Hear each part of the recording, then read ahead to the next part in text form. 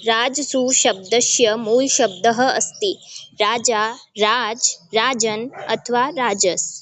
द्वितीयप्रश्नम् राज्ञाम् इत्यत्र का विभक्तिः अस्ति? सप्तमी विभक्ति बहुवचनं, षष्ठी विभक्ति बहुवचनं, पंचमी बहुवचनं अथवा चतुर्थी विभक्ति बहुवचनं? उत्तरमस्ति राजसु शब्दस्य मूलशब्दः अस्ति राजन् नकारान्त पुल्लिङ्ग शब्दरूप। राज्ञाम् इत्यत्र विभक्तिः अस्ति षष्ठी विभक्ति बहुवचनं। राजन् नकारान्त पुल्लिङ्ग शब्दरूप।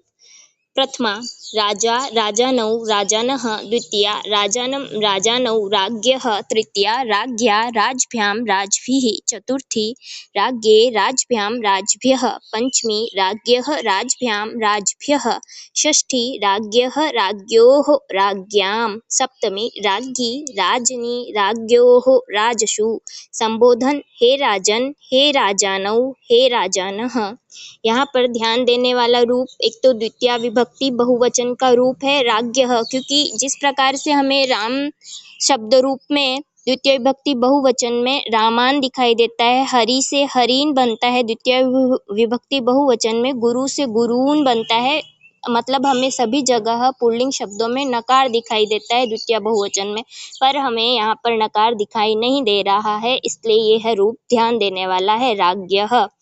अब षष्ठी विभक्ति बहुवचन में देखिए, यहाँ पर भी षष्ठी विभक्ति बहुवचन में भी हमें न तो नकार दिखाई दे रहा है और न नकार दिखाई दे रहा है। इसके लिए नियम आता है कि अगर शब्द ह्रस्व स्वरांत है या दीर्घ इकारांत दीर्घ उकारांत है या आकारांत है तो ही हम षष्ठी विभक्ति बहुवचन में नकार लेके आएंगे, वरना नकार नहीं आएगा, डायरेक्ट आम प्रत्यय ही जुड़ेगा। अब सप्तमी विभक्ति बहुवचन में देखिए, हमें शकार कौन सा दिखाई दे रहा है? राजसु में दंत्य श, क्योंकि यहाँ पर अकार आ रहा है श से पहले, इसलिए दंत्य श का दंत्य श ही रहा। रामेशु, हरीशु और गुरुशु में मूर्धन्य श था, क्योंकि अ के अलावा दूसरे स्वर आ रहे थे उसमें।